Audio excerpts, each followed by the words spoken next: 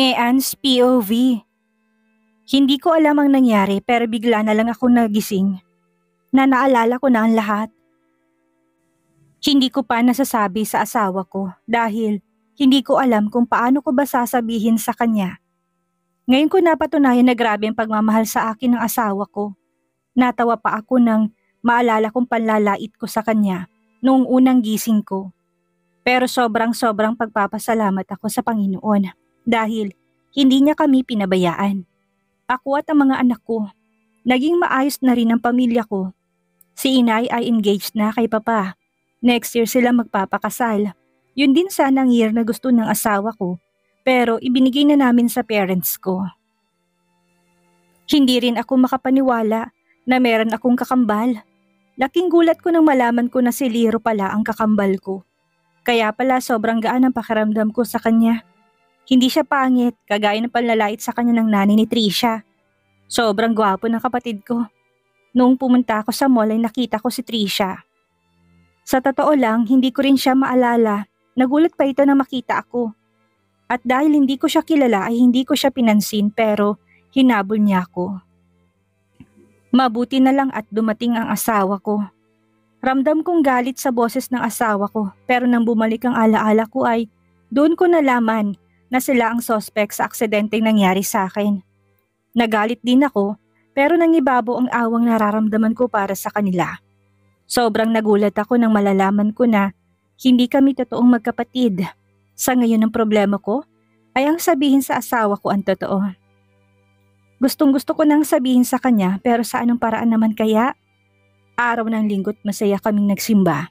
Naging masaya ang buong araw namin. Nandito na kami sa kwarto at matutulog na kami. Gusto kong matawa sa asawa ko dahil akala niya siguro hindi ko napapansin at nararamdaman na gustong gusto na niyang gawin namin ang madalas namin gawin noon. Kahit ako nakakaramdam din dahil minsan ay tumutusok sa akin. Minsan nakikita ko itong bumubukol. Ang asawa ko wala talaga siyang sinasayang na panahon dahil nasa ibabaw ko na siya. Sinakop niyang labi ko, tinugon ko naman ang bawat halik niya sa akin. Hindi ko na malaya na nahubad na pala niya ang damit namin. Daddy, hindi ka namang halatang excited ka, no? Pabirong sabi ko sa kanya. Hindi mo alam langga kung gaano ko na-miss ito. Tinakpan kong bandang tiyan ko dahil nahihiya ako. Hindi na kasi makinis ang tiyan ko kagaya ng dati. May malaking peklat na to. Don't cover it langga. Be proud of it dahil para sa akin itong pinakamagandang parte ng katawan mo. Dahil dito lumabas ang bunga ng pagmamahalan natin. Nakangiting sabi niya sa akin. Pero, langga, mahal na mahal kita. Mahal na mahal din kita, Daddy. Madamdaming sabi ko sa kanya. Tinanggal niyang kamay ko na nakatakip sa peklat ko. Lahat ng pag-aalinlangan ko'y pinalitan niya ng saya at pagkontento sa sarili ko. Hinayaan ko nila siya sa mga gusto niyang gawin. Hinalikan niya ulit ako sa labi pababa sa leeg ko. Ramdam kong panggigigil niya doon. Hindi ko maiwasang hindi mapaungol sa ginagawa niya. Daddy, awat muna. May sasabihin ako sa'yo, sabi ko sa kanya habang pinapatigil ko siya. Ano yan langga? Tanong niya sa akin. Kasi kasi kabadong sabi ko kaya tumigil ito tumingin sa akin. Sabihin mo na langga, utos niya sa akin. Kasi daddy, nakakaalala na ako, sabi ko sa kanya. Yun lang pala eh. Wait, what? Nakakaalala ka na? Naalala mo na ako? Gulat na tanong niya sa akin. Yes daddy, kahapon ko lang naalala ang lahat. Pagbibigay alam ko sa kanya habang pinipisil kong pisngi niya. I'm so happy langga. Finally, naalala mo na ako. Akala ko talaga forever mo na ako hindi maalala. Madamdaming wika niya. Ngumiti ako sa kanya at tinalikan ko siya sa labi. Pwede ba yun eh, mahal na mahal kita? Pabirong turan ko sa kanya. Napangiti ito. Mahal na mahal din kita langga dahil dyan we need to celebrate. Nakangiti niya sabi. Natawa na lang ako sa kalokohan niya. Malakas ang aircon pero hindi niya kayang init na nararamdaman namin ngayon. I love you langga ko. Napangiti naman ako sa narinig ko. I love you too daddy. Kakatapos lang natin pero gusto ko pa. Be ready dahil makakarabi tayong gabi. Sabi niya sa akin. Pinili niyang iputok sa labas dahil hindi pa kami nakapag-usap tungkol sa family planning. Isa rin sa hinahangaan ko sa kanya dahil iniisip niya talaga ang makakabuti sa amin o mas mabuting sabihin na sa akin. Humiga ito sa tabi ko at ngiyakap ako. Langga, natatakot ako na buntisin ka. Sapat na sa akin ang 3. Lalo't CS ka, ayaw ko nahihirapan ka pa ulit. Aniya sa akin. Thank you daddy sa care mo sa akin. Pero pa-consult na rin tayo para alam natin mga dapat gawin. Nakangiting sabi ko sa kanya. Okay lang ga, sa ngayon linisin muna kita. Mamaya na lang ako hihirit ng 2. Matulog na muna tayo, sabi niya sa akin. Bago tumayo, papunta sa banyo para kumuha ng pamunas sa akin. Inasikaso niya ako.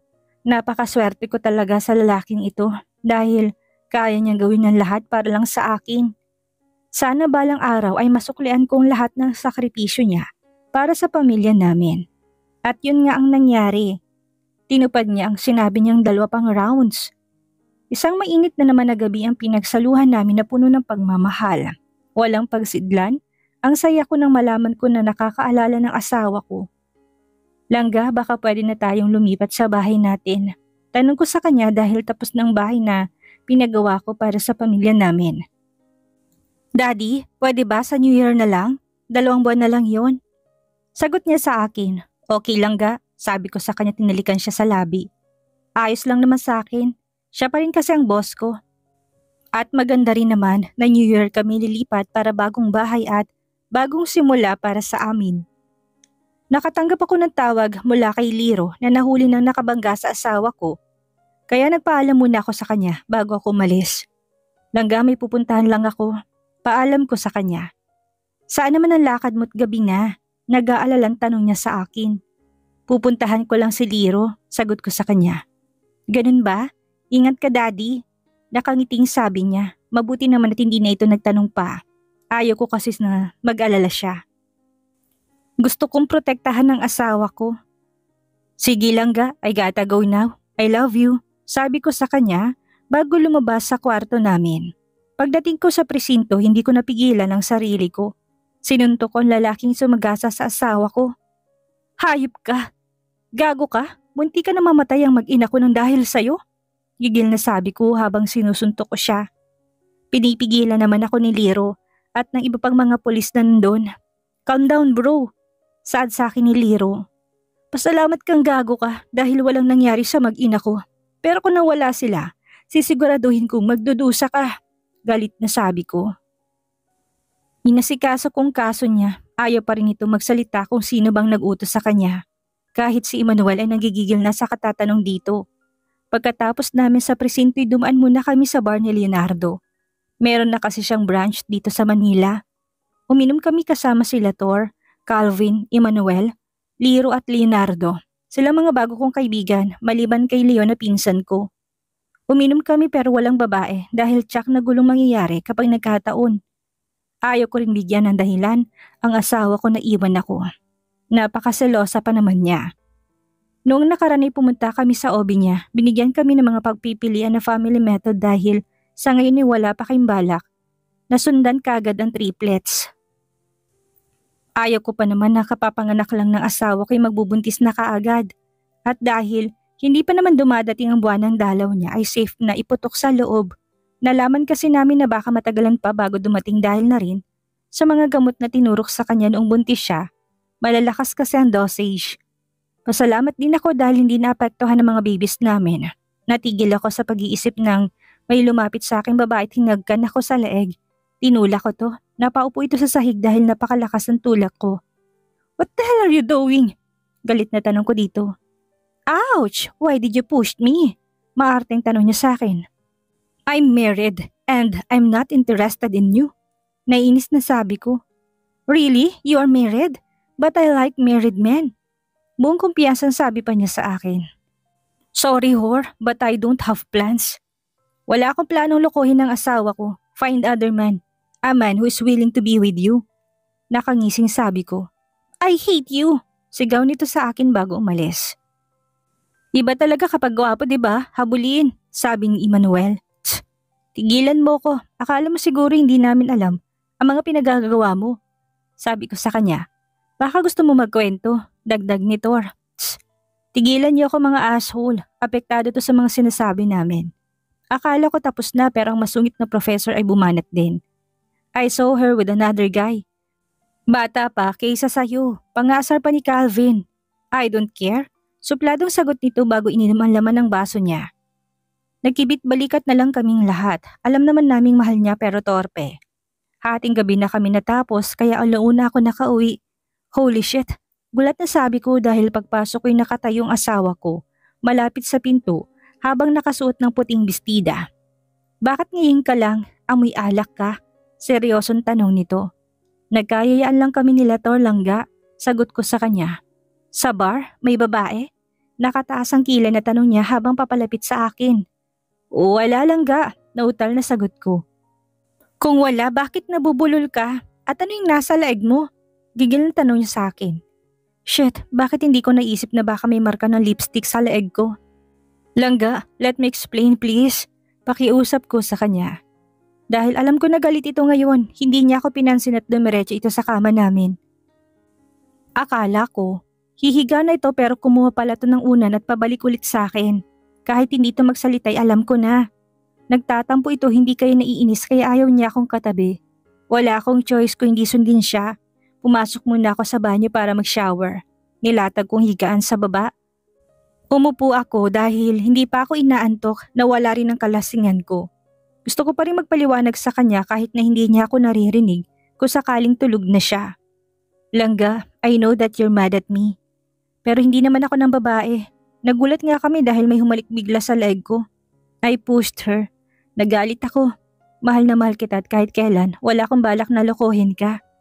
Good night Langga, I love you. Paliwanag ko sa kanya bago ako humiga. Wala ito naging tugon. Pinikit ko nilang mga mata ko para matulog na. Pero hindi ako makatulog. Lalo na kapag alam kong galit ito sa akin. Hindi ko na malaya na nakatulog na lang pala ako. Maaga ako nagising pero wala ng asawa ko sa kama. Pumasok ako sa banyo para maligo. Pumunta ako sa room ng mga bata pero wala na sila doon kaya kinabahan ako. Natakot ako. Baka bigla nila akong iwan. Pagkababa ko'y dumiretso ako sa garden, baka nandun sila pero wala pa rin. 6:45 pa lang kaya saan sila pumunta? Pumasok ulit ako sa bahay at dumiretso sa kusina. Nakahinga ako ng maluwag dahil nakita kong asawa ko na nagluluto ng breakfast pero nakatalikod to ngayon sa akin dahil may hinuhugasan sa sink. Nilapitan ko to't niyakap ko. Langga, I'm really sorry. Bulong ko sa kanya pero hindi to sumagot. Nagtaka ako dahil parang hindi siyang asawa ko. Laking gulat na humarap ito sa akin. Trisha, what are you doing here? Nagtatakang tanong ko sa kanya.